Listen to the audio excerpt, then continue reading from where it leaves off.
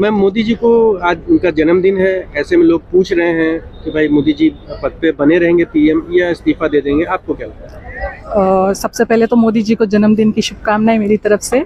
और अच्छा काम कर रहे हैं वो, और मेरे हिसाब से तो उनको रहना चाहिए, बने रहना चाहिए, बहुत अच्छा काम कर रहे हैं। Thank you.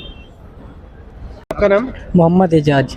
एजाज भाई, मोदी साहब का जन्मदिन है, प्रधानमंत्री हैं अपने देश के।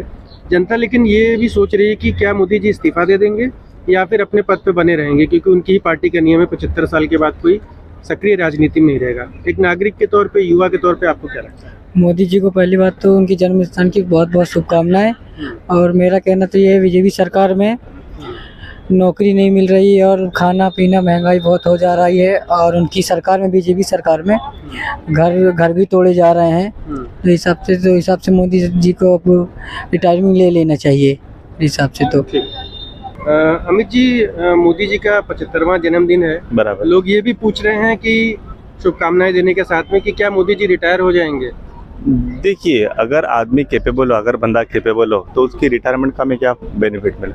मतलब ऐसा तो नहीं है, जो कैपेबल बंदा है वो अगर उसकी सेहत अच्छी है, उसकी तबीयत अच्छी है तो लॉन्ग टर्म में कर सकता है, उससे क्या दिक्कत है, कोई प्रेशर नहीं है। नहीं, लेकिन विपक्ष का ये कहना है कि मोदी साहब ने खुद ही ये नियम बनाया था कि 75 साल के बाद बीजेपी में कोई सक्रिय राजनीति में नहीं रहेगा। लोग मार्गदर्शक मंडल में जाएंगे, वहां से मार्गदर्शन करेंगे पार्टी और नेताओं का।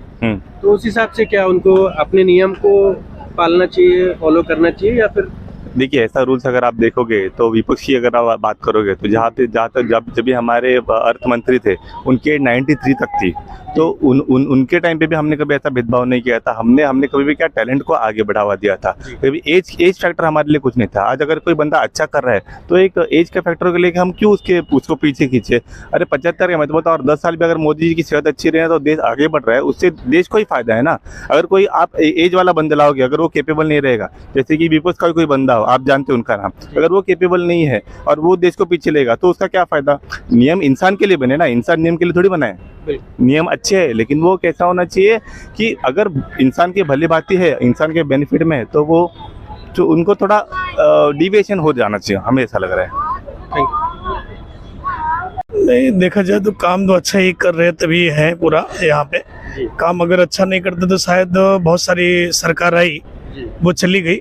कुछ न कुछ अच्छा ही है जो पूरा बने हैं, और आगे भी उम्मीद की जा रही है कि आगे रहेंगे कंटिन्यू, ऐसा है।